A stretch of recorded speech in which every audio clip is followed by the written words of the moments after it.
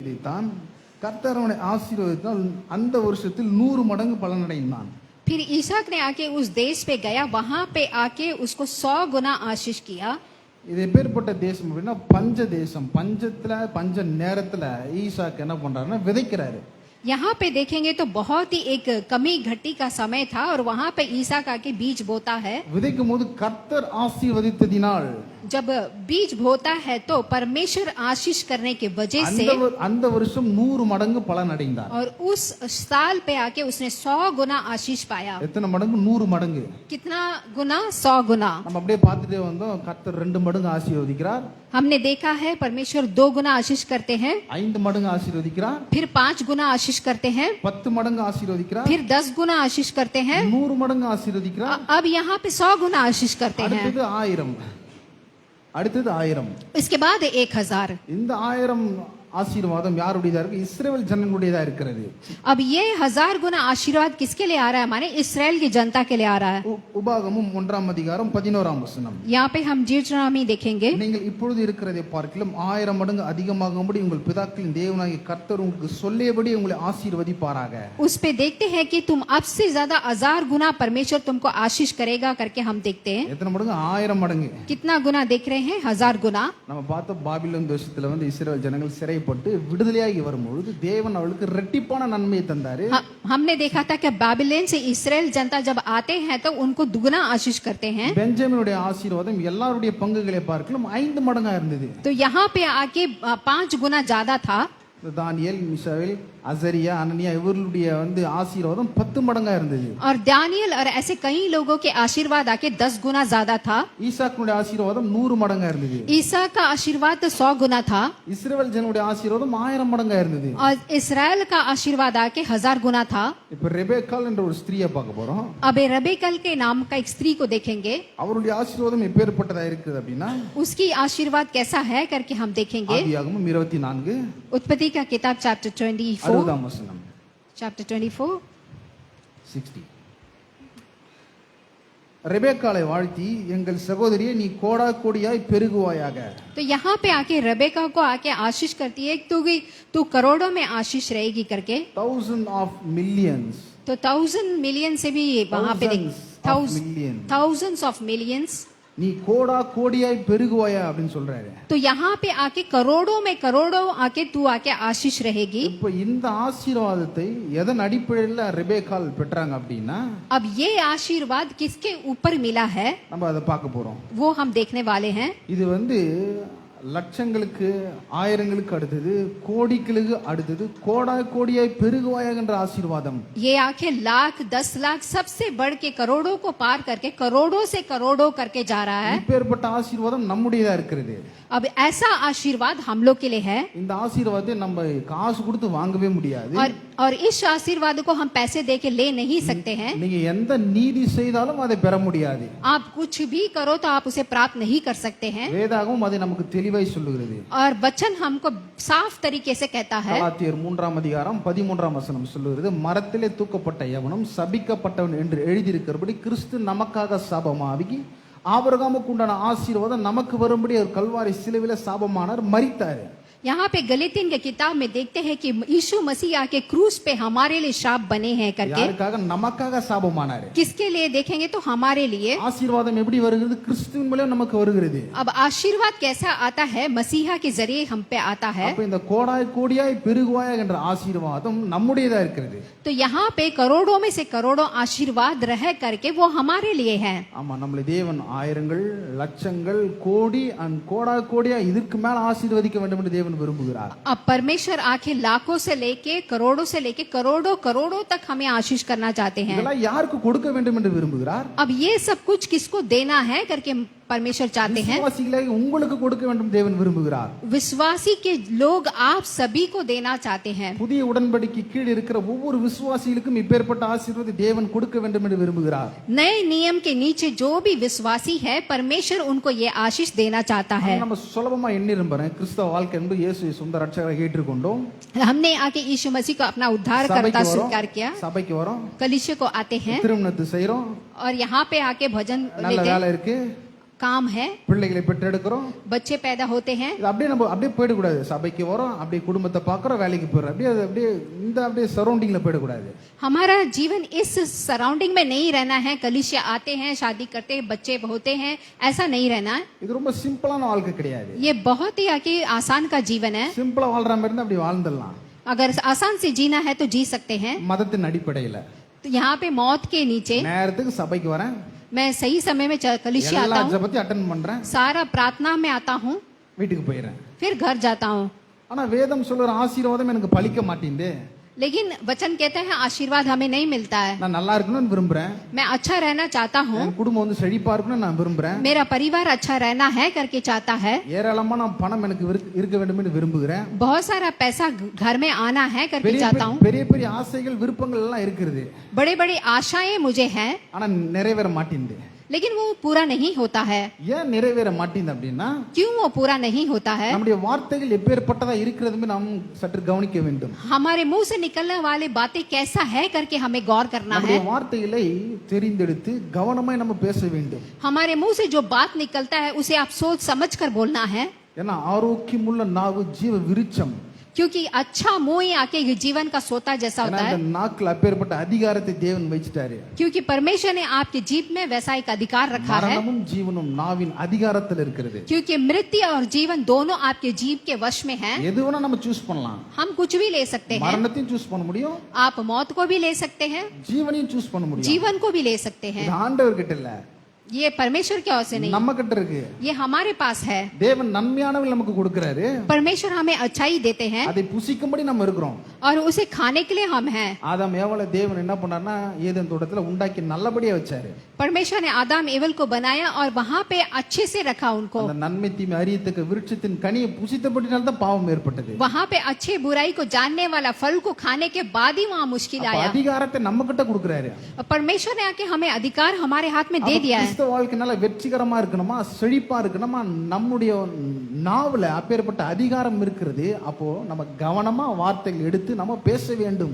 अब मसीहा का जीवन सफल रहना है तो वो अधिकार हमारे हाथ में ही है और सोच समझकर हम हमारे बातों को बोलना है। இப்ப இந்த ரெபேக்காள் கோடா கொடியே பெருகுவாய் என்று ஆசீர்வதிச்சாங்க. अब रेबेकाल को आके करोड़ों में करोड़ आशीर्वाद रह करके बोला அவருடைய है। சகோதரன் லாபான் அவளை ஆசீர்வதித்தாரு. उसका भाई लाबान आके उसको आशीष करता है। இந்த ஆசீர்வாதத்துக்கு எப்படி அவர்கள் பங்குள்ளவர்களாய் மாறினாங்க அப்படின்னா, अब इस आशीर्वाद को वो लोग कैसे भाग हुए? வார்த்தையில கவனம் உள்ளவர்களாய் இருந்தாங்க ரெபேக்காள். रेबेकाल आके अपने मुंह से बोलने वाले बातों में बहुत गौर करती थी। இந்த ரெபேக்காள் ये रेबेकाल எதை அடையாளப்படுத்துகிறார்கள் அப்படின்னா, இன்றைக்கு இருக்கிற சபையை அடையாளப்படுத்துகிறார்கள். किसको चिन्ह करती है? माने आज के रहने वाले कलीसिया को चिन्ह करती है। கிறிஸ்துவுக்குள் இருக்கிற ஒவ்வொரு விசுவாசிகளும் இந்த ரெபேக்காள் அடையாளப்படுத்துகிறார்கள். यहाँ पे मसीहा में रहने वाले हर एक लोगों को एक चिन्ह ठहराती है। அப்ப இந்த ரெபேக்காள் கோடா கொடியாக பெருகுவாயாக என்று ஆசீர்வதிக்கப்பட்டிருந்தாங்கன்னா, अब ये रेबेका को आके करोड़ों के करोड़ों में आशीर्वाद पाई है। கிறிஸ்துவுக்குள் இந்த ஆசீர்வாதம் நம்முடையதா இருக்கிறது. अब मसीहा में रहने वाले हम लोग को भी ये आशीर्वाद है। அதனால தேவன் மிகப்பெரிய ஒரு திட்டத்தோடு நம்மளை அழைத்திருக்கிறாரு. इसीलिए परमेश्वर आके एक बहुत ही बड़ी योजना से हमें बुलाया है। பவுல் சொல்றாரு, நான் யூத மதத்திலிருந்து வெளியே வந்தாச்சு, अब पौल कहता है कि मैं यूदर के मध्य से बाहर आ गया हूँ எனக்கு சிறப்பான நல்ல திட்டங்களை தேவன் எனக்கு வச்சிருக்கிறாரு. और मेरे लिए बहुत ही अच्छा योजना परमेश्वर ने मेरे लिए रखा என்னை है। பிரித்தெடுத்தாரு, परमेश्वर ने मुझे उनसे अलग किया என்னை है, அழைச்சாரு मुझे बुलाया है மிகப்பெரிய திட்டத்தை செய்யும்படி, और ताकि कि मैं उनका योजना को पूरा करूं। இந்த ஜீவனுள்ள தேவனை அறிந்து கொள்ளும்படி, परमेश्वर जीवित परमेश्वर को जान सकूं। இந்த இயேசுவை புறஜாதிகளுக்குள்ள கிறிஸ்து என்று பிரசங்கம் பண்ணும்படி. यीशु मसीह को अन्य जाति के पास जाके उपचार करने के लिए। அப்ப அவங்க பவுல் சொல்றாரு, நான் யூத மதத்திலிருந்து நான் வெளியே வந்தேன் அப்படின்றாரு. अब पौल कहता है कि मैं यूदर के मध्य से मैं बाहर आ गया हूँ। அப்போ நம்மளும் அந்த மதத்தின் அடிப்படை அந்த எண்ணங்கள்ல இருந்து வெளியே வர வேண்டும். अब हम लोग भी अपने वो मध्य के ख्यालों से बाहर आना है। இதை செஞ்சாதான் ஆசீர்வாதம் அப்படின்னா அப்படி கிடையாது. ये करने से ही हमें आशीष मिलेगा तो वैसा नहीं है। நான் ரட்சிக்கப்பட்ட எல்லாத்திலும் அட்டன் பண்ணிட்டு போறேன் அப்படின்ற ஒரு மதத்தின் அடிப்படை எண்ணங்கள் தான் அது. मैं आके उद्धार पा लिया, सारे प्रार्थना कलीसिया में आता हूँ, वैसे ख्याल से बाहर आना है। உண்மையாகவே இந்த வேதாகமும் நம்மளை குறித்து என்ன சொல்கிறது அப்படி நம்ம வாழ்றோமா அப்படின்னா கேள்விக்குறி வந்துரும் நமக்கே.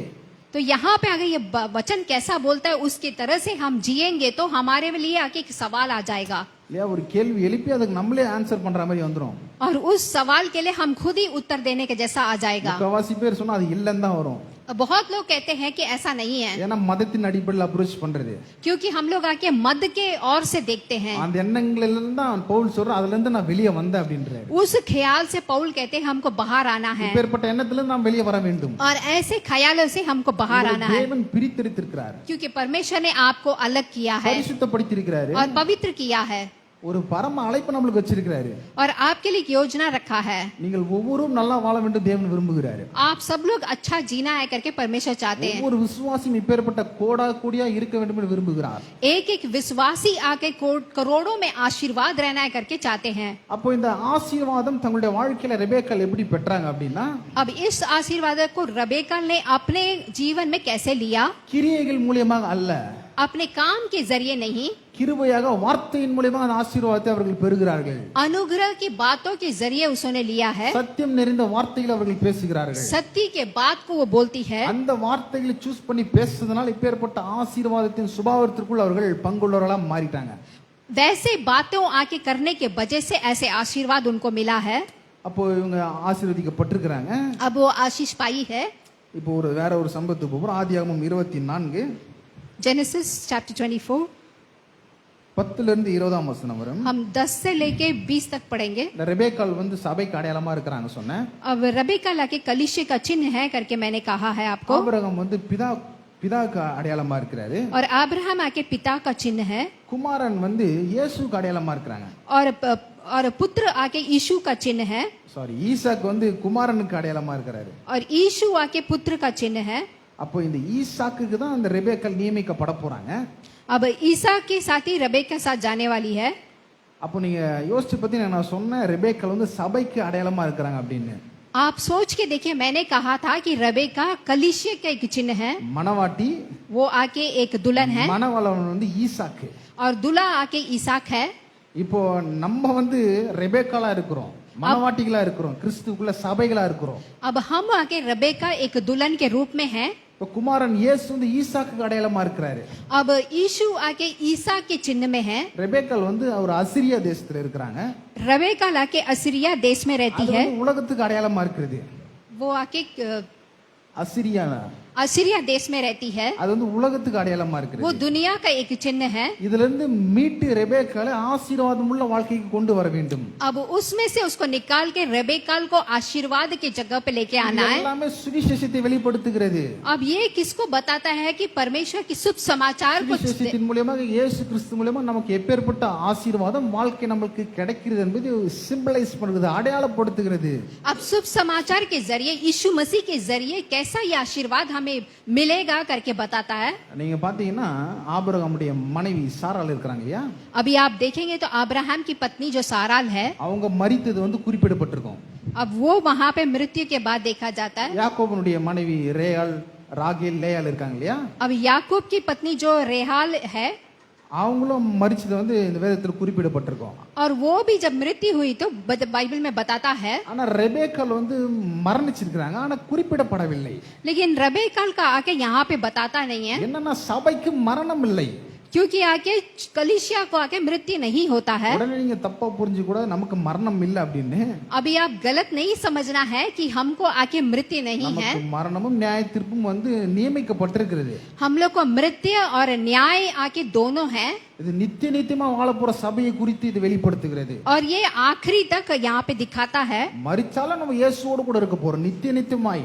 हम मरेंगे तो यीशु मसीह के साथ हमेशा रहने वाले அந்த हैं, வாழ்க்கையை இது வெளிப்படுத்துகிறது. और वो बात को यहाँ पे बताता है। அப்ப ரெபேக்காள் வந்து சபையை வெளிப்படுத்துறாங்க. अब रबेकाल आके कलीसिया को बताती है। அப்போ வந்து ஆபிரகாம் என்ன பண்றாருன்னா தன்னுடைய ஊழியக்காரனாக எலியேசரை அனுப்புகிறார். तो यहाँ पे अब्राहम के अपने सेवकाई एलीजेर को बेचती है, தன்னுடைய குமாரனுக்கு வந்து கல்யாணம் பண்ணணும், और वहां पे जाके वो बोलती है, பெண்ணை பாக்குறதுக்கு இவர் அனுப்புறாரு எலியேசரை. वहां पे लड़की देखने के लिए उसको वहां पे भेजता है। எலியேசர் எதற்கு அடையாளமா இருக்கிறார் அப்படின்றா இன்றைக்கு இருக்கிற சபையின் ஊழியக்காரர்களுக்கு அடையாளமா இருக்கிறார். तो ये आगे ये जो पुरुष है आज के रहने वाले कलीसिया के लिए एक चिन्ह है, இது எல்லாமே ஒரு ஒரு அடையாளத்தை நமக்கு காண்பிக்கிறது. और यहाँ पे हर एक चीज आके एक एक चिन्ह को दिखाता है। ரெபேக்காள் ஆசீர்வதிக்கப்பட்டிருக்கிறாங்க. अब रेबेका लाके आशीर्वाद அந்த पाई है। ஆசீர்வாதத்தை அவர்கள் எப்படி பெற போறாங்க என்பதை பார்க்க போறோம். अब इस आशीर्वाद को रेबेका कैसे पाने वाले हैं இப்ப करके ஆபிரகாம் देखने वाले। தன்னுடைய வேலைக்காரன் அனுப்புறாரு. अब अब्राहम अपने काम करने वाले को भेजते हैं, என்ன பண்றாருன்னா ஒரு நல்ல பெண்ணை பார்த்துட்டு வா அப்படின்றாரு. बोलते हैं कि एक अच्छी लड़की को देख कर आकर के। அப்ப 10ஆம் வசனத்துல பின்பு அந்த ஊழியக்காரன் தன் எஜமானுடைய ஒட்டகங்களின் 10 ஒட்டகங்களையும் தன்னுடைய கொண்டு போனான். तब वो अपने साथ आके 10 ऊंट को लेके गया। யாருடைய ஒட்டகங்கள்? किसके ऊंट को? ஆபிரகாமுடைய ஒட்டகங்களை அந்த ஊழியக்காரன் எடுத்துட்டு போறான். अब्राहम के ऊंट को अपने साथ लेके जाता है। ஏன் ஈசாக்குக்கு வந்து ஒட்டகம் இல்லையா? ईसाक का ऊंट नहीं है क्या? எலியாசிருக்கு ஒட்டகம் இல்லையா? एलीजेर के पास ऊंट नहीं है क्या? ஒட்டகங்கள் இருக்கு. वहां पे उसके पास ऊंट ஆனா है। பரிசுத்த ஆவியானவர் ஏன் இதை வந்து இங்க எழுதப்பட்டிருக்கு அப்படின்னா, तो यहाँ पे आके पवित्र आत्मा क्यों यहाँ पे ऐसा लिखा है? ஆபிரகாமுடைய ஒட்டகங்களை அவன் ஏன் எடுத்துட்டு போறான் அப்படின்னா, यहाँ पे अब्राहम के ऊंट को क्यों लेके जाता है? அந்த நாட்கள்ல வந்து அதிக கொள்ளை நடைபெறும். क्योंकि उस समय में आके बहुत ही चोरी होती है। திருடுவாங்க, वहाँ पे बहुत चोरी करते हैं ஆட்களை கொலை செய்வாங்க. और बहुत लोगों को खून कर देते हैं। ஏன்னா ஒரு வியாபாரத்துக்கோ ஒரு எங்கேயாவது ஊருக்கு போனோம்னா பொருட்கள், பணம், வெள்ளி, பொண்ணு, உணவு எல்லாத்தையும் அவங்க எடுத்துட்டு போவாங்க. क्योंकि जब कोई व्यापार के लिए जाता है तो अपने साथ धन दौलत रोटी वगैरह सब बहुत कुछ लेके जाते हैं। அப்படி எடுத்துட்டு போகும்போது என்ன பண்ணுவாங்கன்னா, அந்த திருடங்கள் கல்வர்கள் என்ன பண்ணுவாங்கன்னா அதை திருடுவார்கள். तब वैसे जाते समय वो चोर लोग आके वो सामानों को चोरी कर लेते हैं। எக்ஸ்ட்ரீமா கொலை கூட பண்ணுவாங்க. तो कोई कोई आके मार डाल देते हैं। அதனால என்ன பண்றாருன்னா, இந்த எலியேசர் ஆபிரகாமுடைய ஒட்டகங்கள் எடுத்துட்டு போறாரு. तो इसीलिए आके वो अब्राहम के ऊंट को अपने साथ लेके जाता है। ஏன்னா அன்றைக்கு இருக்கிற அந்த தேசத்துக்கு தெரியும் இது வர்றது ஆபிரகாமுடைய ஒட்டகம் அப்படின்னு. क्योंकि वहाँ के लोगों को जानते हैं जो आने वाला है वो अब्राहम का ऊंट है। நல்லா அலங்கரிக்கப்பட்டிருக்கும். क्योंकि बहुत ही अच्छे से सजाया गया है। கொழுத்த ஒட்டகங்களா இருக்கும். अच्छा मोटा मोटा रहेगा, படா படா बड़ा बड़ा रहेगा, படா படா சைஸ், बड़ा बड़ा साइज में रहेगा। படா சைஸ்னா எல்லாம் நல்லா தெரியுது. तो बड़ा बड़ा है तो आप सबको पता होगा। அப்ப வரும்போது தெரியுது, வர்றது நடக்க முடியாம நடந்து வரும் ஒட்டகம் அப்படி இருக்கும். तो लोगों को पता चलता है आने वाला ऊंट अब्राहम का ऊंट ही है, குளுமையா இருக்கும். क्योंकि वो इतना हष्ट पुष्ट होता है, உச்சிதமான பொருட்களை ஏத்திட்டு வரும். बहुत बड़े बड़े अच्छे अच्छे அப்ப चीजों को திருடங்கள் பார்த்து பயப்படுவாங்க. तो वहाँ के लोग देख के डरते हैं। இது வர்றது ஆபிரகாமுடைய ஒட்டகம், तो लोग डरेंगे ये आने वाला अब्राहम का அதுல ऊंट கை है, வைக்க கூடாது, इसमें हाथ नहीं கை लगाना வச்ச है, நம்ம காலி. अगर उस पे हाथ लगाएंगे तो हम खत्म हो जाएंगे। இந்த காலத்துல ஆபிரகாம் என்ன மாதிரி தேவன் உயர்த்தி வச்சிருக்கிறார் பாருங்க. तो देखिए उस समय में अब्राहम को परमेश्वर ने कैसा எல்லா ஜாதி ஜனங்களும் பார்த்து பயப்படுது ஆபிரகாம் ஒட்டகங்களை பார்த்து. और सारे जाति के लोग आके देख के डरते हैं, மிகப்பெரிய சீமானா இருக்கிறாரு, क्योंकि अब्राहम बहुत ही धन था மிகப்பெரிய பிரபுவா இருக்கிறாரு. और बहुत ही प्रभुओं में से था। அப்படியே சொல்றாங்க, அவர் சொல்றாரு நான் அந்நிய புருஷனா இருக்கிறேன், ஆபிரகாம் சொல்றாரு. ஆனா ஏத்தியர் புருஷர் சொல்றார்கள் நீர் எங்களுக்குள்ளே மகா பிரபுவா இருக்கிறீர் அப்படின்னு.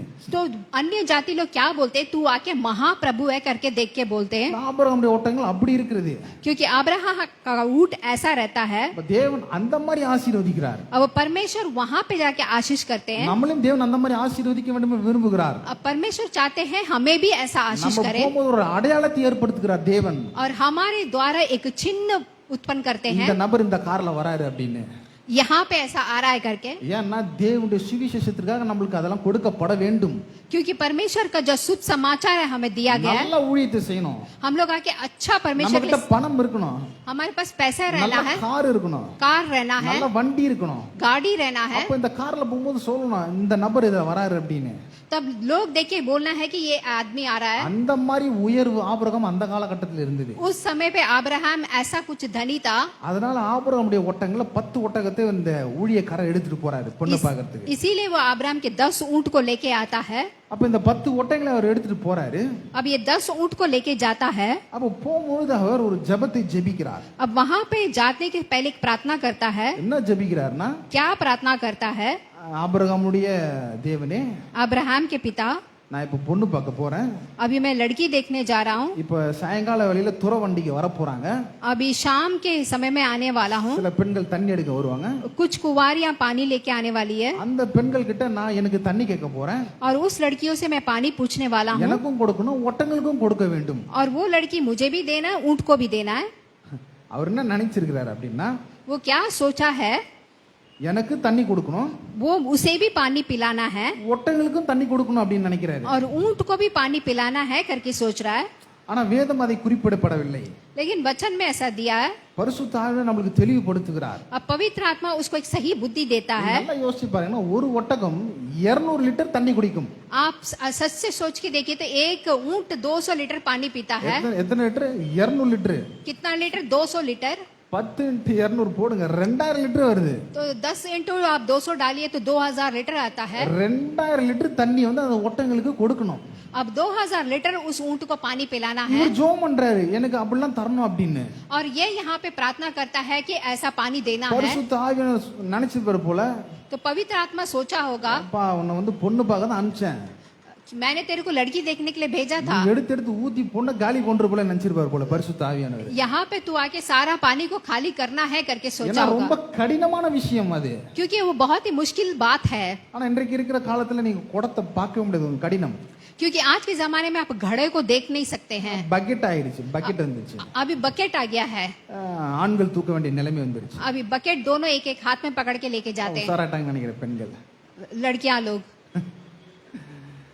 அப்போ இந்த குடம் எப்படி வந்து தண்ணி ஊத்தணும்னா 100 குடம் தண்ணி ஊத்தணும். अब घड़ा से पानी कितना देना है? 100 घड़ा पानी डालना है। எப்படி 100 குடம் தண்ணி அந்த ஒட்டங்களுக்கு ஊத்தணும். 100 घड़ा ऊंट को पानी डालना है। அப்போ ஆவியானவர் யோசிச்சிருப்பாரு, तो अब्राहम सोचा होगा, இல்ல இல்ல இல்ல என்னுடைய குமாரன் ஈசாக்குக்கு வந்து எப்பேற்பட்ட ஒரு ரெபேக்கால நான் வந்து ஏதாவது எப்பேற்பட்ட சபையை நான் வந்து நான் நியமிச்சிருக்கிறேன் அப்படின்னா, यहाँ पे आके रेबेकाल को आके कैसा एक कलिसिया बनाया है करके, செய்கைகள் அல்ல, आपके हाथ का काम नहीं, அவள் வார்த்தையில் நேர்த்தியானவளா இருக்க வேண்டும் என்று ஆவியானவர் வெளிப்படுத்துகிறார். यहाँ पे पवित्र आत्मा में ये बताता है वो अपनी बातों से आके सच रहना है करके। நீங்க யோசிச்சு பாருங்க, இன்னைக்கு வந்து யாராவது பொண்ணு பார்க்கும்போது பொண்ணு வந்து 100 குடம் தண்ணி ஊத்துனாதான் கல்யாணம் அப்படின்னா கல்யாணமே வேணான்னு சொல்லிடும் பொண்ணு. आप सोच के देखिए, लड़का लड़की देखने जा रहा है, 100 घड़ा पानी उठा के डाल मत, लड़की शादी मना ரொம்ப कर देगी। கடினமான சூழ்நிலை. बहुत मुश्किल का एक परिस्थिति है। இன்னைக்கு யாராவது 10 குடம் தண்ணி தூக்க முடியுமா? अभी कोई 10 घड़ा पानी ले सकते क्या? நகி இல்லதுன்னு नहीं, நகி முடியாது, இல்ல नहीं हो सकता है, ஆமா, ரொம்ப கடினமான விஷயம். क्योंकि बहुत मुश्किल है। ஆனா இந்த ரெபேக்காள் 100 குடத்தை தண்ணி அந்த ஒட்டங்களுக்கு ஊத்துறாங்க. लेकिन ये रेबेकाल 100 घड़ा पानी उस ऊंट को डालती है। எப்படி வந்து 100 குடம் தண்ணி அந்த ஒட்டங்களுக்கு ஊத்துறாங்க அப்படின்னா எப்படி அவங்களுக்கு பலன் வருகிறது? अब उस 100 घड़ा पानी निकालने के लिए उसको कैसा बल आता है? எப்படி அவங்களுக்கு ஆற்றல் வருகிறது? कैसे उसको वो बल आता है? இந்த ரெபேக்காள் எப்படி ஆசீர்வதிக்கப்பட போறாங்கன்றது முதற்கொண்டு இந்த வசனத்துல வரப்போகுது. यहाँ पे रेबेकाल कैसे आशीर्वाद पाने वाली है करके यहाँ पे बताता है। எல்லாமே இந்த வசனத்துல வரப்போகுது. ஆசீர்வாதத்தை எப்படி பெற போறோம், आशीर्वाद को कैसे पाएगी करके इस वचन எப்படி बोलता है। இந்த ரெபேக்காள் வந்து கிறிஸ்தவ வாழ்க்கைக்கான தேவையான ஆற்றல் வல்லமை எப்படி பெற போறாங்க என்பது இந்த வசனத்தில் வெளிப்பட போகுது. अब ये वचन आके बताता है कि मसीहा के जीवन के लिए रेबेकाल को कैसे ये लेती है। 14ஆம் வசனம் வாசிக்கிறேன். ஆதியாகமம் 24:14. Chapter 24 verse 14. அந்த ஊழியக்காரன் ஜெபிக்கிறார் பாருங்க. நான் குடிக்க உன் குடத்தை சாக்க வேண்டும் என்று நான் சொல்லும்போது குடி என்றும் உன் ஒட்டங்களும் குடிக்கும்படி வார்ப்பேன் என்றும் சொல்லும் பெண் எவளோ? तो यहाँ पे वो कहता है कि वो आके उसको भी पानी पिलाना और ऊंट को भी पानी देना है, वैसा एक लड़की, அவளே நீர் உம்முடைய ஊழியக்காரனை ஈசாக்கு நியமித்தவர்களா இருக்கவும் और उसी लड़की को आके ईसा के लिए आपने तैयार किया है, என் எஜமானுக்கு அனுக்கிரகம் செய்தீர் என்று நான் அதனால அறியும் செய்தலும் என்றான். मेरे स्वामी को अनुग्रह कर करके बोलता है वो। பாருங்க என்ன சொல்றாரு அப்படின்னா, உனக்கும் நான் தண்ணி குடிப்பேன், अब ये क्या बोलता है कि तुझे भी मैं पानी दूंगी, உன்னுடைய ஒட்டங்களுக்கும் நான் வந்து தண்ணியை வார்ப்பேன் அப்படின்னு சொல்ற பெண் எவ்வளோ அப்படின்றாரு. तेरे ऊंट को भी मैं पानी पिलाऊंगी करके ऐसे कौन सी कुंवारी बोलती है। அவர் எப்படி ஜெபம் பண்றாருன்னா, இந்த 2000 லிட்டர் தண்ணியை ஊத்துற பெண் அப்படின்னு ஜெபம் பண்ணல. वो कैसा प्रार्थना करती है, माने ये 2000 लीटर पानी कौन सी लड़की डालती है, சொல்லும் பெண் எவ்வளோ அப்படின்றாரு. ऐसा कौन सी लड़की बोलती है वो, வார்த்தை, उसके मुंह से निकलने वाला जो बात வாக்கு, और जो आके वादा। எப்படி வந்து ஈசாக்கு வந்து ரெபேக்காள் நியமிக்கப்படுறாங்க பாருங்க. तो यहाँ पे देखिए कैसा ईसा के साथ और रेबेका का एक होता है। செய்கை அல்ல, यहाँ पे करने वाला काम नहीं, கிரியை அல்ல, यहाँ पे जो काम करते वो नहीं, வார்த்தையின் மூலமாக வெளிப்படுத்துகிறாங்க. यानी कि मुंह से निकलने वाले वचन के जरिए दिखाता है। நீ யோசிச்சு பாருங்க, आप सोच के देखिए, 10 ஒட்டங்களுக்கு आप 10 ऊंट को 2000 லிட்டர் தண்ணியை ஊத்திருக்க முடியுமா ரெபேக்காள் அப்படின்னா, 2000 लीटर पानी डाल सकती है तो ஊத்திருக்காங்க. उसने डाला है। எப்படின்னா அது ஊத்திற்கான பலனை அவர்கள் எப்படி பெற்றுக்கொள்றாங்க அப்படின்னா வார்த்தையின் மூலமாக அந்த பலனை அவர்கள் பெற்றுக்கொள்ளுகிறார்கள். अब उस ऊंट को 2000 लीटर पानी पिलाने का बल उसको वो वचन के जरिए उसे मिलता है। ஆமா, இப்ப வந்து அந்த ஊழியக்காரர் கேக்குறாரு, எனக்கு கொஞ்சம் தண்ணி கொடுமான்னு கேக்குறாரு ரெபேக்கால் கிட்ட. अब वो सेवकाई आकर पूछता है, मुझे थोड़ा पानी दो करके। அதற்கு அவங்க சொல்றாங்க பாருங்க, அதற்கு அவள் குடியும் என் ஆண்டவனே என்று சீக்கிரமாய் குடத்தை தன் கையில் இறக்கி கொண்டு அவனுக்கு குடிக்க கொடுத்தாள். 18ஆம் வசனம். अब उसने आके वो पानी आके उसको भी पिलाया और उसके ऊंट को भी पिलाया। 19ஆம் வசனம் வாசிக்கிறோம். கொடுத்த பின் உம்முடைய ஒட்டகங்களும் குடித்து தீரு மட்டும் அவைகளும் மொண்டு வார்ப்பேன் என்று சொல்லி. तो यहाँ पे 19वें वचन में हम देखते हैं कि जब वो पानी पिला चुकी थी तो ऊंट के लिए भी पानी भर कर लाई उसने। முதல்ல என்ன பண்றாங்கன்னா சொல்றாங்க, पहले वो बोलती है, ஒட்டங்களுக்கு வார்ப்பேன் என்று சொல்றதன் மூலமாக அந்த பலனை அவர்கள் பெற்றுக்கொள்ளுகிறார்கள். तो वैसे बोलने के वजह से उसको एक बल आता है, அந்த ஆற்றலை அவர்கள் பெற்றுக்கொள்ளுகிறார்கள். तो उसको वो बल आ जाता है அந்த வல்லமை அவர்கள் பெற்றுக்கொள்ளுகிறார்கள். और वो उसको बल फिर से मिलता है। எப்படி வார்த்தை முதல்ல சூஸ் பண்றாங்க, தேர்ந்தெடுக்கிறாங்க.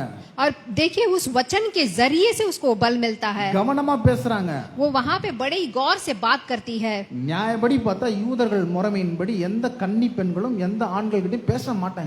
तो यहाँ पे न्याय से देखा जाता है तो कोई भी कुंवारी आके यूदर लोग से बात नहीं करते हैं। அப்படி பேசாம போயிருந்தா ரெபேக்கால் கோடா கோடியே பெருகிற ஆசீர்வாதத்தை பெறாமலே போயிருப்பாங்க. अगर वहाँ पे वो बात नहीं की होती तो ये करोड़ा का आशीर्वाद उसको नहीं मिलता। ஆனா இந்த ஊழியக்காரன் தண்ணி கேட்கும்போது அவங்க என்ன சொல்றாங்கன்னா, ஆண்டவனே நான் உமக்கும் கொடுக்கிறேன். लेकिन यहाँ पे अब अब्राहम का काम करने वाला जब पानी पूछता है तो கொடுத்த பின் உம்முடைய ஒட்டகங்களுக்கும் நான் வார்ப்பேன் என்று சொல்றதன் மூலமாக அந்த பலனை அவர்கள் பெறுகிறார்கள். तो वो बोलती है कि मैं पानी तुझे भी पिलाऊंगी और तेरे ऊंट को भी पिलाऊंगी, इससे उसको बल मिलता है। இப்பேற்பட்ட காரியத்தை செய்து முடிக்கிறாங்க. ये सब बात को बोल के खत्म करती है। வார்த்தையை தேர்ந்தெடுக்கிறாங்க, கவனமா தேர்ந்தெடுக்கிறாங்க வார்த்தையை. तो उसके मुंह से निकलने वाले बात को बहुत ही गौर से वो चुनती है। எப்படி பேசிருக்காங்க பாருங்க, கவனமா தேர்ந்தெடுத்து பேசியிருக்கிறார்கள். तो यहाँ पे ये कैसे बात करती है आप देखिए। அந்த இடத்துல வேற பெண்மணி இருந்தா என்ன சொல்லிருப்பாங்க அப்படின்னா, अगर वहाँ पे और कोई स्त्री होती तो क्या कहती, முடியாது சகோதரரே அப்படின்னு இருப்பாங்க. मुझसे नहीं होगा भाई बोल देगी, இல்ல அப்படின்னு இருப்பாங்க. मैं नहीं कर सकती बोली அப்படி होगी। சொல்லிருந்தானா அவங்களால முடிஞ்சிருக்காது. अगर वो ऐसा बोली हो तो उससे नहीं किया होता, இல்லன்னு சொல்லிருந்தா இல்லன்னு ஆயிருக்கும். अगर वो नहीं बोलती तो नहीं होता। ஆனா அந்த ரெபேக்கால் பாக்குறாங்க, யோசிக்கிறாங்க, लेकिन रेबेका यहाँ पे सोचती है வார்த்தையை தேர்ந்தெடுக்கிறாங்க, और अपने बातों को चुनती है, கவனமா இருக்கிறாங்க, बहुत ही गौर से है வார்த்தையை பயன்படுத்துகிறார்கள், और मुंह से निकलने वाले बात का उपयोग करती है வார்த்தையை பேசுறாங்க. और अपने मुंह से निकलने वाले बात को बोलती है। இது எதை வெளிப்படுத்துகிறது அப்படின்னா, ये क्या चीज दिखाता है, தேவனுடைய சுபாவத்தை வெளிப்படுத்துகிறது. परमेश्वर के स्वभाव को दिखाता है। தேவன் மனுஷர்கள் எப்படி ஆசீர்வதிக்கிறார் அப்படின்னா, परमेश्वर मनुष्य को कैसा आशीर्वाद करता है, நீங்கள் பலுகி பெருகி பூமியை நிரப்பி அதை கீழ்ப்படுத்தி அதை ஆண்டு கொள்ளுங்கள் என்று சொல்லி ஆசீர்வதிக்கிறார். परमेश्वर आशीष करते हैं, तुम फूलो फलो और बढ़ो और इस धरती पर राज्य करो। தேவன் எப்படி கிரியை செய்யறார் சொல்லி அவர்களை ஆசீர்வதிக்கிறார். परमेश्वर कैसा अपना काम करते हैं, उनको बोल के आशीष करते हैं। வேதம் சொல்றது ஆதாமும் ஏவாளும் யாருடைய ரூபத்துல இருக்கிறாங்கன்னா, தேவனுடைய ரூபத்துல இருக்கிறாங்க. அவருடைய ரூபத்துல அவருடைய சாயல உண்டாக்கி இருக்கிறாங்க அப்படின்னு. अब वचन कहता है आदम और एवाल को परमेश्वर अपने स्वरूप में बनाया था। அப்ப அவருடைய சாயல் அவருடைய ரூபத்தின்படி உண்டாக்கப்பட்ட நாம் तब उनके स्वरूप में बनाए हुए हम அவரை போலவே வார்த்தைகளை தேர்ந்தெடுத்து சொல்லி சொல்லி எல்லா விதமான ஆசீர்வாதத்தையும் நாம் பெற முடியும். अब उनके जैसे ही वचनों को बातों को करके हमें आशीर्वाद को प्राप्त करना है। இன்னைக்கு இருக்கிற கிறிஸ்தவர்கள் தங்களுடைய செய்கைகளை மாத்திக்க வேண்டும், கிரியையை மாத்திக்க வேண்டும் நினைக்கிறாங்க. आज रहने वाले लोग अपने कामों को बदलना सोचते हैं, இதை செஞ்சா இந்த ஆசீர்வாதம் வரும், इससे कोई आशीर्वाद आएगा, இதை செஞ்சா இந்த நன்மை வரும் அப்படின்னு. ये करने से क्या अच्छाई आएगी। இல்ல, வார்த்தையை மாத்துங்க, செய்கை தன்னால மாறிடும். देखिए जब आपका मुंह के बातें बदलती हैं तो आपके काम भी बदल जाएंगे। நீங்க நல்லா பாருங்க, ரெபேக்கால் எப்பேற்பட்ட வார்த்தை எடுத்து பேசினாங்க அப்படின்னா, यहाँ पे आप अच्छी तरह से देखिए रेबेकाल कैसे बात करती है, கவனமா வார்த்தையை தேர்ந்தெடுத்து பேசினாங்க. बहुत ही गौर से बात करती है। அப்ப என்ன நடந்தது அப்படின்னா, तो यहाँ पे क्या होता है, சீக்கிரமா தன் குடத்து தண்ணீரை தொட்டிலே ஊற்றி விட்டு जल्दी से अपने घड़े का पानी लेके இன்னும் மொண்டு வர துறவண்டியிலே ஓடி அவனுடைய ஒட்டங்களுக்கெல்லாம் மொண்டு வார்த்தாள். और बहुत सारा पानी लाके सारे ऊंटों को पानी दे उसने। 2000 லிட்டர் தண்ணியை எடுத்து ஊத்தி இருக்காங்க ரெபேக்கால் ஒட்டங்களுக்கு. देखिए 2000 लीटर पानी आके उस ऊंट को उसने दिया। எப்படி வார்த்தையின் மூலமாக அந்த வல்லமையை அவர்கள் பெறுகிறார்கள். देखिए अपने मुंह के बातों के वजह से वो कैसे वो सामर्थ्य पाती அப்ப है। है। கோடாய் கோடியை பெறுகிற ஆசீர்வாதம் ரெபேக்காள் எப்படி பெற்றாங்க அப்படின்னா तो करोड़ों में आशीर्वाद रहने का आशीष कैसे वो प्राप्त करिए? வார்த்தையின் மூலமாக। वचन के जरिए। இன்றைக்கு ஆண்டவர் நம்ம கல்வாரி சிலுவையில ஏகப்பட்ட ஆசீர்வாதத்தை நம்மளுக்கு வச்சிருக்கிறாரு। आज परमेश्वर ने आके क्रूस पर आकर हमारे लिए बहुत सारे आशीर्वाद रखे हैं। ஏகப்பட்ட நன்மை கல்வாரி சிலுவையில அவர் செஞ்சு முடிச்சிட்டாரு। यीशु मसीह ने बहुत सारी अच्छाई क्रूस पर हमारे लिए அதை कर நம்முடைய रखे हैं வாழ்க்கையில சொந்தமாக்கி கொள்ள வேண்டும்। और वो सब कुछ हम हमारे जीवन में अपना लेना है। ஏன் நிறைய கிறிஸ்தவர்கள் வந்து தடுமாறாங்க அப்படின்னா क्यों बहुत सारे मसीहा के लोग अगर डगमगाते हैं? வார்த்தைகள் வந்து கவனம் இல்லாமல் இருக்கிறது। क्योंकि वो गौर से बात नहीं करते हैं। உங்களுக்கு நல்ல ஒரு சம்பவம் தெரியும், யோசுவாவும் இஸ்ரவேல் ஜனங்களும் அந்த எரிகோ கோட்டை எப்படி ஜெயிச்சாங்க அப்படின்னு। आपको अच्छी तरह से पता है योशुआ कैसे यरीगो के मदल को जीते हैं। தேவன் சொல்றாரு 6ஆம் அதிகாரத்துல இருக்குது, தேவன் சொல்றாரு அந்த எரிகோவும் அதோட ராஜ்யமும் நான் ஏற்கனவே உங்ககிட்ட நான் ஒப்பு கொடுத்துட்டேன் அப்படின்றாரு। अब परमेश्वर कहते हैं मैं पहले से ही वो दीवार को तुम्हारे हाथ पे सौंप दिया हूँ। நீங்க பண்ண வேண்டியது என்னன்னா आप लोग क्या करना है?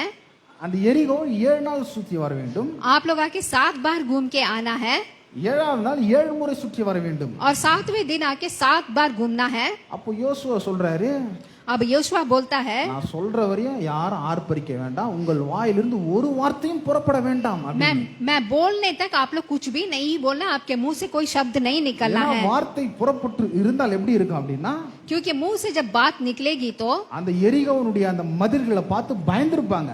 अब जो यरीको का जो दीवार है वो लोग डर गए होते हैं। பயந்து வார்த்தைகளை அப்படியே அலைப்பாய்ஞ்சிருக்கும் வார்த்தை। तो उनके मुंह से जो बात है वो डगमगाने இது लगता। எப்படி வந்து விழும், 7 நாள் சுத்தினா இது எப்படி வந்து விழும் அப்படின்னு சொல்லியிருப்பாங்க। ये कैसे आके 7 दिन में गिरेगा करके वो लोग बोल दिए होते। கண்டிப்பா சொல்லியிருப்பாங்க இஸ்ரவேல் ஜனங்கள்। वो लोग जरूर बोले होते इस्राएल के அதனால जनता। தான் இயேசு சொல்றாரு உங்க வாயிலிருந்து ஒரு வார்த்தை கூட வரக்கூடாது அப்படின்னு। इसीलिए यीशुआ कहता है तुम्हारे मुंह से एक शब्द नहीं 7 निकलना। நாள் சுத்தி வராங்க, अब 7 दिन आके घूम के आते हैं। 7வது நாள் வந்து 7 முறை சுத்தி முடிச்சாச்சு। 7वें दिन में आके 7 बार घूम के खत्म हो गया। இப்போ சொல்றாரு எக்காலங்களை ஊதுங்க, अब कहता है कि तुम आके कल को ஆர்ப்பரியுங்கள், और आराधना करो। கர்த்தரை துதிச்சாங்க। परमेश्वर को आराधना किया। துதிக்கிறது மூலமா என்ன நடந்தா எரிகோ கோட்டை தூள் தூளா ஆச்சு। जब वो स्तुति करने लगे तो यरीगो का जो पतन है वो आके टूट गिरा। வார்த்தை தெரிந்தெடுத்து பேசுகிறார்கள், அந்த இடத்துலயும் கவனமாக பேசுகிறார்கள்। देखिए वहां पे भी वो लोग आकर चुनकर बात करते हैं, கர்த்தரை துதிக்கிறார்கள், परमेश्वर की आराधना करते हैं, ஆர்ப்பரிக்கிறார்கள்। वहां पे आनंद करते हैं। அப்ப இன்றைக்கு நம்ம என்ன பண்ணணும் அப்படின்னா तो यहाँ पे आज हम क्या करना है? வார்த்தைகளை எடுத்து நம்ம கவனமாய் பேச வேண்டும்। हमारे मुंह से जो निकलता है उसे बहुत ही गौर से बात करना है। எல்லாவற்றையும் இந்த வார்த்தையில தேவன் ஆசீர்வாதத்தை வச்சிட்டாரு இந்த வார்த்தையில। क्योंकि सारे बातों में परमेश्वर ने आशीष रखा है। நீங்கள் தனித்து இயங்க முடியாது, आप लोग अपने बल से नहीं कर सकते हैं। கூட பரிசுத்த ஆவியானவர் இருக்கிறாரு। आपके साथ पवित्र आत्मा रहना है। அவர் என்ன பண்றாரு அப்படின்னா वो क्या करते हैं? அவர் நம்மளுக்கு உதவி செய்கிறார், पवित्र आत्मा हमको मदद करता है வார்த்தையை பேசும்படி। वचन को बोलने के लिए। எல்லா சூழ்நிலையும் நம்ம எப்படி பேச வேண்டும் என்று அவர் கற்றுக் கொடுக்கிறார்। पवित्र आत्मा सिखाता है हर परिस्थितियों में कैसा बात करना है। இயேசுவுடைய வாழ்க்கையில இது வெளிப்பட்டது। यीशु मसीह के जीवन में भी ये दिखा। இயேசு பரிசுத்த ஆவியினால் நிரப்பப்பட்டாரு। यीशु मसीह पवित्र आत्मा से भर गए। தேவன் வந்து அவருக்கு அளவில்லாமல் தம்முடைய ஆவியை கொடுத்தாரு। परमेश्वर ने आके भरपूर से अपने आत्मा को उनमें डाला। அவருடைய ஊழியமே வார்த்தை பரிசுத்த ஆவியினுடைய அபிஷேகத்தின் மூலமாக நடந்தது। இயேசுவுடைய ஊழியம், यीशु मसीह का सेवकाई आके पवित्र आत्मा और अभिषेक के साथ ही किया है। அவர் எப்படி காரியத்தை செய்றார் அப்படின்னா वो कैसा करते हैं? வார்த்தையிலும் अपने मुंह से निकलने वाले बात செய்கையிலும் செய்றாரு। और काम से करते हैं। உங்களுக்கு நல்லா தெரியும், மத்திய எழுதின சுவிசேஷம் 4ஆம் அதிகாரத்துல मैथ्यू का किताब चैप्टर 4 में 40 நாள் இயேசு வந்து உபவாசிக்கிறாரு। यहाँ पे आके 40 डेज आके यीशु मसीह उपास करते हैं। உபவாசம் முடிஞ்ச பிறகு ஆவியானவராலே சோதிக்கப்படுறதுக்கு வனாந்தரத்துக்கு கொண்டு போகப்பட்டாரு। तो यहाँ पे आके उपवास खत्म होने के बाद उनको यहाँ पे एक टेम्पटेशन आता है। யாரால? ஆவியானவரால। यहाँ पे पवित्र आत्मा आता है। யாருடைய உதவி இருக்கு? பரிசுத்த ஆவியானவருடைய உதவி அவருக்கு இருக்கிறது। यहाँ पे पवित्र आत्मा का मदद उनको है। அப்ப சோதனைக்காரன் வந்து என்ன சொல்றான் அப்படின்னா तो यहाँ पे आके शत्रु क्या बोलता है? அவருக்கு பசி உண்டாகுது। उनको आके भूख लगता है। பசி உண்டாகும்போது என்ன சொல்றான் அப்படின்னா अब भूख लगते समय क्या बोलते இந்த हैं? கல்லுகள் அப்பங்களாகும்படி சொல்லும் அப்படின்றான்। इस पत्थर को आके रोटी बना करके वो बोलता है। சோதனையின் மத்தியில பரிசுத்த ஆவியானவர் இயேசுக்கு எப்பேற்பட்ட வார்த்தையை ஞாபகப்படுத்துறாரு பாருங்க। अब इस परीक्षा के बीच में यीशु मसीह कैसा बात करते हैं। மனுஷன் அப்பத்தினால் மாத்திரம் அல்ல, मनुष्य केवल रोटी ही से नहीं, தேவனுடைய வாயிலிருந்து புறப்படுகிற ஒவ்வொரு வார்த்தையினாலும் பிழைப்பான் என்று எழுதியிருக்கிறதே அப்படின்றாரு. परंतु हर एक वचन जो परमेश्वर के मुंह से निकलता है ऐसा लगा। பரிசுத்த ஆவியானவர் சோதனையின் மத்தியிலும் எப்பேற்பட்ட சூழலிலும் வார்த்தைகளை நம்மளுக்கு எப்படி எடுத்து காண்பிக்க வேண்டும் என்று இயேசுக்கு உதவி செய்தாரோ, तो यहाँ पे पवित्र आत्मा यीशु मसीह को इस परिचय के बीच में कैसा मदद किए, நமக்கும் உதவி செய்வார். हमको भी मदद करेंगे। உங்களுக்கு சூழ்நிலை வந்து கடினமா இருக்கலாம், अभी आपकी परिस्थिति बहुत ही मुश्किल होगी, ரொம்ப கஷ்டமா இருக்கலாம், बहुत ही कठिन रहेगा, வாயை திறக்க முடியாம இருக்கலாம். आप अपना मुंह ही खोल नहीं सकते हैं। அப்படிப்பட்ட சூழ்நிலை தாவீது என்ற ராஜாக்கு வந்தது. अब वैसा ही परिस्थिति दाऊद को भी आया। சங்கீதம் 3, भजन संगीता चैप्टर 3, சங்கீதம் 3 चैप्टर 3 भजन संगीता, அந்த தலைப்பை மட்டும் வாசிங்க. वो हेडिंग अकेले पढ़ेंगे, सहायता के लिए कालीन का प्रार्थना। தாவீது தன் குமாரன் அப்சலோமுக்கு தப்பி ஓடி போகி பாடின சங்கீதம். यहाँ पे हमने देखा था हेडिंग, यहाँ पे सहायता के लिए कालीन का प्रार्थना। இந்த சங்கீதம் எப்பேற்பட்ட சூழ்நிலை எழுதப்படுது அப்படின்னா, ये भजन संगीता कौन से परिस्थिति में लिखा गया है। தாவீது தன்னுடைய பையனுக்கு பயந்து ஓடுறாரு. अब दाऊद आके अपने शत्रु से डर के இந்த भागता है। சம்பவம் எங்க இருக்குன்னா 2 சாமுவேல் अब ये कहाँ पे होता है कि 2 सामुएल में है। 15ஆம் அதிகாரம் 30ஆம் வசனத்துல இருக்குது. ये आके 15वीं अध्याय में होता है। எப்படின்னா ரொம்ப கடுமையா இருக்குது சூழ்நிலை தாவீதுக்கு அந்த டைம்ல. ये आके बहुत ही मुश्किल परिस्थिति है। அப்சலோம் வந்து தாவீதை கொலை செய்யும்படி வராரு. अब अब्सलोम आके दाऊद को मारने के लिए आता है। தாவீதுக்கு சொல்றாங்க அப்சலோம் வந்து உம்மை கொலை செய்யும்படி வராரு அப்படின்னு சொல்றாரு. अभी दाऊद को बताया जाता है कि अब्सलोम तुम्हें मार डालने के लिए आ रहा है। தாவீது என்ன பண்றாருன்னா ஷூ மாற்றத்துக்கு கூட டைம் இல்லாம வெறும் காலோட நடந்து ஓடுறாரு ஒலிவ மலைக்கு. अब यहाँ पे दाऊद को आके यहाँ पे जूता पहनने के लिए टाइम नहीं है, नंगे पांव दौड़ता है। ஒரு இஸ்ரவேலுடைய ராஜா தாவீது, दाऊद कितना बड़ा राजा है மகா சக்கரவர்த்தி, और बहुत ही बड़ा राजा है, அப்சலோமுக்கு பயந்து ஓடுறாரு. और अब्सलोम को डर के भागता ஷூ है। போறது கூட நேரம் இல்ல. उसको जूता डालने के लिए भी टाइम नहीं है, போட்டா வந்து புடிச்சிடுவான் அப்சலோம். क्योंकि जूता डालेगा तो पकड़ लेगा वो। எப்படி ஓடுறாருன்னா தன்னுடைய முகத்தை மூடிக்கொண்டு அழுது கொண்டே தாவீது ஒலிவ மலைக்கு போறாரு. कैसा भाग रहा है, मैंने अपने मुंह को छुपा के भाग रहा है वो। அவங்க கூட சில மக்களும் வராங்க தாவீது கூட, அவங்களும் அழுது கொண்டே தாவீதோட வராங்க. वहाँ दाऊद रोता हुआ जाता है और दाऊद के साथ कुछ लोग भी आते हैं। இந்த நேரத்துல பிக்ரியின் குமாரன் சேபா என்ன பண்றாருன்னா தாவீதை சபிக்கிறாரு. और यहाँ पे आके दाऊद को ये पुरुष आके श्राप देता है। சூழ்நிலை எப்படி இருக்கு பாருங்க, தாவீது பயந்து ஓடுறாரு. अब यह परिस्थिति देखिए, दाऊद डर के भागता है, வெறும் கால்ல இருக்கிறாரு, नंगे पांव भागता है, முகத்தை மூடுறாரு, अपने मुंह को छिपाता है, அழுது கொண்டு போறாரு. रोते हुए जाता है। கிப்ரியின் குமாரன் வந்து சேபா வந்து என்ன பண்றான் அப்படின்னா தாவீதை சபிக்கிறாரு. अब ये पुरुष आके दाऊद को शराब देता है। இப்படி எல்லாம் சூழ்நிலை இருக்கும்போது தான் இந்த சங்கீதத்தை தாவீது எழுதுகிறார். சங்கீதம் 3:1 வாசிக்கிறேன். கர்த்தாவே என் சத்துருக்கள் எவ்வளவு பெருகி இருக்கிறார்கள், तो எனக்கு விரோதமா எழும்புகிறவர்கள் அநேகர். तो यहाँ पे मेरे विरोध आके बहुत सारे लोग हैं करके बताते हैं। தேவனிடத்தில் அவனுக்கு ரட்சிப்பு இல்லை என்று என் ஆத்துமாவை குறித்து சொல்லுகிறவர்கள் அநேகராய் இருக்கிறார்கள். और यहाँ पे आके बहुत सारे आके मेरे विरोध है करके बोलता है। சூழ்நிலை ரொம்ப மோசமா இருக்கு தாவீதுக்கு. यहाँ पे परिस्थिति बहुत ही मुश्किल है। கிண்டல் பண்றாங்க தாவீதை, सब लोग मजाक उड़ा रहे हैं, உனக்கு ரட்சிப்பு இல்லைன்றாங்க, ये इसको उद्धार नहीं है बोलते हैं, சபிக்கிறாங்க, इसको शराब देते हैं அழுகுறாரு.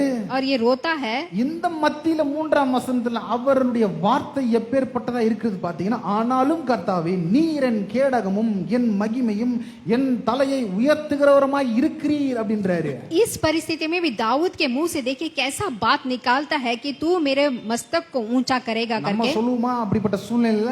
क्या हम लोग ऐसी परिस्थितियों में ऐसा बात நம்முடைய करेंगे? பாட்டு எப்படின்னா இல்லதான், हमारा मुंह से निकलने वाले बातें सिर्फ नहीं ஒரே नहीं नहीं, வியாதியா இருக்கிறது, बहुत ही रोग से है, ஒரே கடன் பிரச்சனையா இருக்கிறது, एकदम उधार है, என்ன பண்ணாலும் மேல வர மாட்டேங்கிறேன். हम कुछ भी करो जीवन में आगे बढ़ नहीं இதை पा रहे हैं। பேசும்படியா தேவன் நம்மள அழைச்சாரு கிறிஸ்துவுக்குள்ள. लेकिन ये मसीहा का बात नहीं है, இல்ல பலவீனன் தன்னை எவனும் பலவான் என்று சொல்ல கடவன் என்று சொல்லியிருக்கிறார். क्योंकि वचन कहता है बलहीन लोग आपको बलवान बताना है, பலவான் என்று சொல்ல வேண்டும். आप लोग बोलना है मैं बलवान हूं அப்ப करके। இங்க தாவீது எப்படி சொல்றாரு பாருங்க, ஆனாலும் கர்த்தர் நீர் என் கேடகமும் என் மகிமையும், எப்படி சொல்றாரு பாருங்க, என் மகிமை அப்படின்றாரு. तो यहाँ पे आके वो बोलता है कि परमेश्वरी मेरी आके आशीष है करके, என் தலையை உயர்த்துகிறவராய் இருக்கிறீர். मेरे सिर को ऊंचा करेगा। இப்படி வார்த்தை எடுத்து கவனமா பேசுறதுனால तो यहाँ पे दाऊद कैसे गौर से बात करता है, देखिए। மறுபடியும் தாவீது சிங்காசனத்துக்கு வந்து ராஜா மாதிரி சிங்கம் மாதிரி வந்து உட்கார்ந்த சிங்காசனத்துல தாவீது फिर से दाऊद आके सिंहासन में राजा के शेर के समान आके बैठता है। அப்போ இன்றைக்கு நம்ம எப்பேற்பட்ட சூழ்நிலை கடந்து போலாம் आज अगर हम कौन से परिस्थिति में हैं, கடினமா இருக்கலாம் मुश्किल परिस्थिति होगा, சூழ்நிலையை பார்க்காதீங்க आप अपने परिस्थिति को मत देखिए, நமக்கு என்ன இருக்கோ அதை பார்க்காதீங்க हमारे पास क्या है मत देखिए, உங்க பேங்க் அக்கவுண்ட்ல எவ்வளவு பணம் இருக்குன்னு பார்க்காதீங்க आपके बैंक में कितने रुपए हैं मत देखिए, இந்த கர்த்தர் யார் என்பதை பாருங்கள் ये परमेश्वर कौन है करके आप देखिए। வார்த்தைகளை சூஸ் பண்ணுங்க आप अपने बात को गौर से கவனமா बोलिए பேசுங்க और गौर से बात करिए, குடும்பத்திலயும் சரி परिवार में सही, வேலை செய்யற இடத்துலயும் சரி काम करने वाले जगह में भी, நண்பர்கள் போற இடத்துலயும் சரி दोस्तों के सम्मुख में வார்த்தைகளை கவனமா சூஸ் பண்ணுங்க आप बहुत ही गौर से बात करना है, ஆரோக்கியமுள்ள நாவு ஜீவ விருட்சம் क्योंकि आपके अच्छे मुंह एक जीवन का सोता के समान है। ஆமென் हालेलुया। உங்களுக்கு எல்லாருக்கும் புரிஞ்சிருக்கும் நான் நம்புறேன் मैं विश्वास करता हूँ आप लोग को समझ में आया है, கிறிஸ்துவுக்குள்ள अनेक ஆசீர்வாதங்கள் இருக்கிறது क्योंकि मसीहा में बहुत सारा आशीर्वाद है। பரிசுத்த ஆவியானவர் உங்களோட கூட இருக்கிறார் पवित्र आत्मा आप सब लोग के साथ है, அவருடைய அபிஷேகம் வல்லமை உங்களோட கூட இருக்கிறது उनके अभिषेक आप लोग के साथ है, நீங்கள் எதை செய்தாலும் அது வாய்க்கும் आप लोग जो भी करेंगे वो होगा। நீங்க மனிதர்களை பார்க்காதீங்க சூழ்நிலையை பார்க்காதீங்க आप मनुष्य को मत देखिए, अपने परिस्थितियों को मत देखिए, கர்த்தரை பாருங்க கர்த்தருடைய வார்த்தை பரிசுத்த ஆவியானவரை பாருங்க आप परमेश्वर के वचन को और परमेश्वर को देखिए। வாழ்க்கை கோடா கோடியாய் பெருகி இருக்கும் आपकी जिंदगी करोड़ों करोड़ों में आशीर्वाद रहेगा। இப்பேற்பட்ட எண்ணங்களுடையவளா இருங்க ऐसा एक ख्याल से रहिए, நல்லா என்ஜாய் பண்ணுங்க வாழ்க்கைய आप अपनी जिंदगी को अच्छा से एंजॉय आमीन। कीजिए। आमीन। நம்ம யாரும் எழுந்து நிற்போம் खड़े होंगे, நான் ஜெபிப்போம் प्रार्थना करेंगे। पिता परमेश्वर, इस समय पे इस अच्छे वचन के लिए हम प्रार्थना करते हैं पिता परमेश्वर। हालेलुया। पिता परमेश्वर, जैसे रेबेका करोड़ों में आशीर्वाद थी, वो अपने काम से नहीं बल्कि अपने मुंह से निकलने वाली बातों से, हम हमारे परिवार के बीच में हो, कहीं भी हो, हमारे मुंह से निकलने वाले बात पिता परमेश्वर हमेशा पॉजिटिव रहने के लिए आप हम मदद करें पिता परमेश्वर। आप हमारे साथ रहने के लिए धन्यवाद पिता परमेश्वर। पवित्र आत्मा, हमें मार्ग दिखाने के लिए आपका धन्यवाद। इस समय पे यहाँ पे आए हर एक भाइयों बहनों को आपके हाथ पे सौंपती हूँ, उनको आप संभालिए, उनके घर परिवार को संभालिए, उनके रोटी पानी को आप आशीष कीजिए पिता परमेश्वर। हर जगह पे वो अच्छे बात करने के लिए आप उन्हें मदद करें। पास्टर जी के लिए प्रार्थना करती हूँ, उनके परिवार के लिए प्रार्थना करती हूँ। अब तक संभालो ले प्रभु, आगे भी आप संभाले पिता परमेश्वर। सब कुछ यीशु मसीह के नाम से मांगती हूँ, सुन और ग्रहण कर। आमीन। प्रभु यीशु मसीह का अनुग्रह और परमेश्वर का प्रेम और पवित्र आत्मा की सुवाहिद तुम सबके साथ होती रहे। And all the saints of God say Amen. Amen. Amen. Don't forget to give your names. How many of you will come for the next week? Suppose Christmas, please enroll your name. Behind my wife is